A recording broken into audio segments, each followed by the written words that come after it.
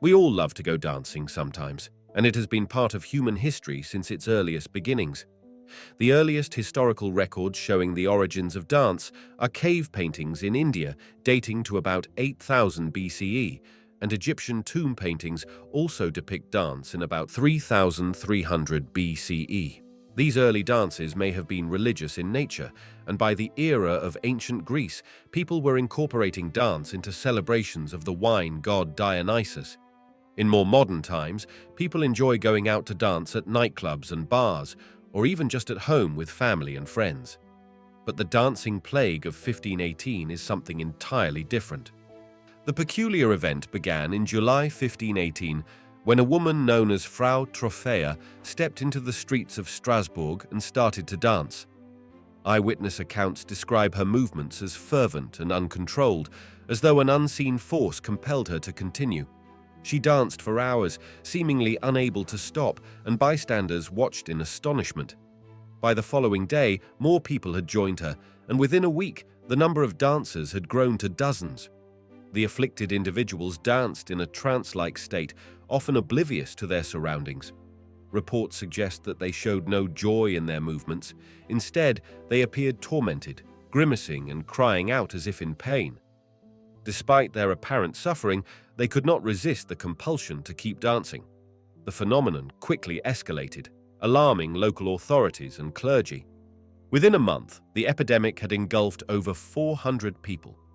The relentless dancing led to severe physical consequences. Many collapsed from exhaustion, and some reportedly died from strokes, heart attacks, or sheer fatigue. The outbreak predominantly affected the lower classes, though individuals from various levels of society were reportedly drawn into the frenzy. These dancers seemed unable to stop despite their deteriorating health. Some accounts suggest that those affected experienced severe dehydration, broken bones from repeated falls, and open sores on their feet from dancing on hard surfaces for days without rest. The communal spaces, such as public squares and marketplaces, became makeshift dance floors. Attempts by family members and friends to restrain the afflicted often failed, as those affected seemed to possess an unnatural strength. But what was the cause of this dancing outbreak? The dancing plague remains a subject of intense debate, with theories ranging from the plausible to the supernatural. At the time, Europe was deeply religious, and the line between natural and supernatural explanations for events was often blurred. Many saw the dancing plague as a form of divine punishment or demonic possession. Some contemporaries believed that the afflicted were under the curse of Saint Vitus, a patron saint associated with dance and epilepsy. The afflicted were said to be victims of Saint Vitus's dance, and some were taken to a shrine dedicated to the saint in the hopes of receiving divine intervention. Religious processions and rituals were common responses to perceived divine punishment, and the connection to Saint Vitus added a symbolic layer to the epidemic. The afflicted were often treated not with medical remedies, but with spiritual ones, such as exorcisms or pilgrimages to holy sites. One of the most widely cited scientific theories involves ergot poisoning. Ergot is a toxic fungus that grows on damp rye, a staple grain in medieval diets. Consumption of ergot-contaminated bread can lead to convulsions, hallucinations, and other symptoms resembling those seen in the dancing plague. This condition, known as ergotism or St. Anthony's fire, has been documented throughout history. For example, though refuted by some historians, in 1976, Professor Linda Caporael stated that the convulsive symptoms from ergot-tainted rye may have been the source of accusations of bewitchment that spurred the Salem witch trials.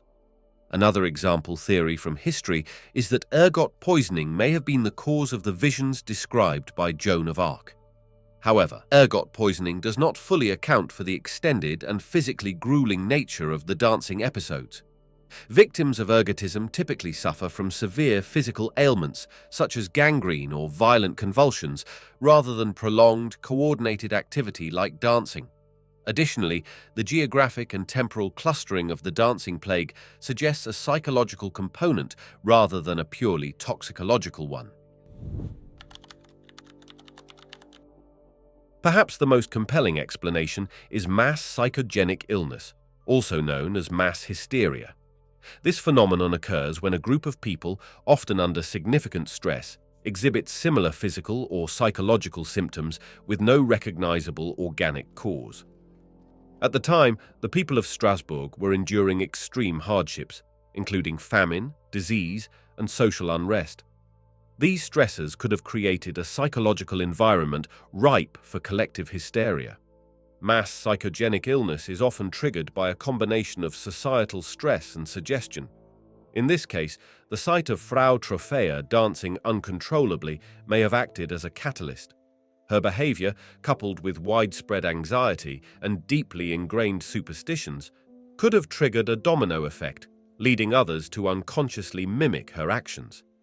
Once the epidemic gained momentum, it became self-reinforcing, with each new dancer adding to the collective hysteria. Historical parallels support this theory. Other documented cases of mass psychogenic illness include the laughing epidemic of 1962 in what was then Tanganyika, more commonly known today as Tanzania, where hundreds of people experienced uncontrollable laughter and outbreaks of fainting spells in schoolchildren.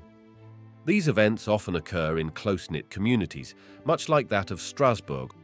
The city authorities, desperate to quell the crisis, initially sought to dance out the affliction.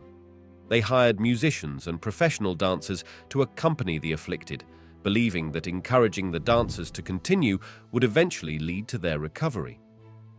This strategy backfired spectacularly, as it only intensified the epidemic. The music and structured dancing seemed to fuel the compulsion, drawing even more participants into the frenzy. It quickly became evident that the very measures intended to alleviate the problem were exacerbating it. Realizing their error, the city leaders adopted a more punitive approach, banning all forms of public dancing and closing taverns where such gatherings might occur.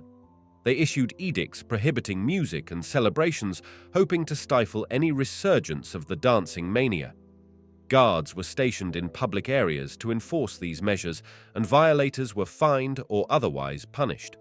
Simultaneously, religious interventions intensified, with ceremonies that often involved offerings, prayers, and symbolic acts intended to purify the sufferers and release them from their compulsions. The shift in approach eventually coincided with the gradual decline of the epidemic. It remains unclear whether these measures directly caused the cessation of the plague or whether the phenomenon simply ran its natural course. However, by late summer, the frenzied dancing had subsided, leaving the community to grapple with the aftermath. In retrospect, the responses to the dancing plague reveal much about the societal structures and belief systems of the time. The reliance on both religious and regulatory measures underscores the dual influence of faith and governance in addressing crises. The dancing plague reminds us of the enduring power of mystery in human history. Despite centuries of analysis, the exact causes and dynamics of the epidemic remain elusive. In a world increasingly dominated by data and rationality, the dancing plague stands as a poignant reminder of the enigmatic and unpredictable aspects of the human experience.